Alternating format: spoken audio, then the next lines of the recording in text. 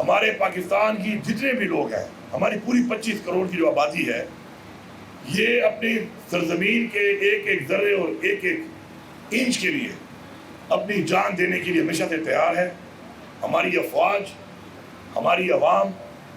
ہمارے قومی مفاد کے لیے اور ہمارے قومی دفاع کے لیے وہ ہمیشہ سے یکجا ہیں، متحد ہیں۔ میں مودی کو ایک پیغام دینا چاہتا ہوں،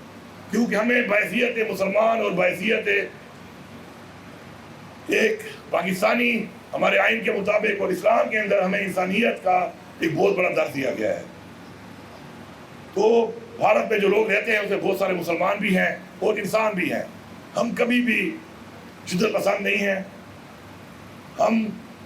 مودی کی اس پالیسی کو، اس کی حکومت کی اس پالیسی کو، اس جائرانہ اقدام کو مذمت بھی کرتے ہیں اور اس کو ایک پیغام دیتے ہیں کہ اپنے ملک کی عوام کو خطرے میں مت ڈالو، اپنے ملک کی اکانومی کو خطرے میں مت ڈالو، اور ایسے اقدامات کر کے آپ اپنی جو پالیسی ہے اس کو ریویو کرو اور اس سے بعد آ جاؤ۔ ورنہ ہمارا تو یہ بحیثیت مسلمان ایمان ہے کہ غزوہ ہند تو ہوگا، اور اس کے لیے ظاہری بات ہے بحیثیت مسلمان ہم تیار بھی ہیں، اور ہمارا یہ بھی ایمان ہے کہ غزوہ ہند کے اندر فتح مسلمانوں کی ہونی ہے، اور ہمارا یہ بھی ایمان ہے کہ ہم جب اللہ کی راہ میں، اسلام کی راہ میں لڑتے ہیں تو ہم شہید ہو جاتے ہیں، اور شہادت کا ایک بہت بڑا رتبہ ہے۔ تو میں بتانا چاہتا ہوں مودی کو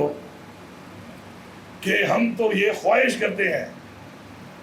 ہم تو چاہتے ہیں کہ ہم وہ خوش قسمت لوگ ہوں کہ جن کے وقت پہ غزوہ ہند ہو، کیونکہ غزوہ ہند نہیں، یہ فتح ہند ہے ہمارے ایمان کے مطابق، اور ہم ان لوگوں میں شامل ہو جائیں کہ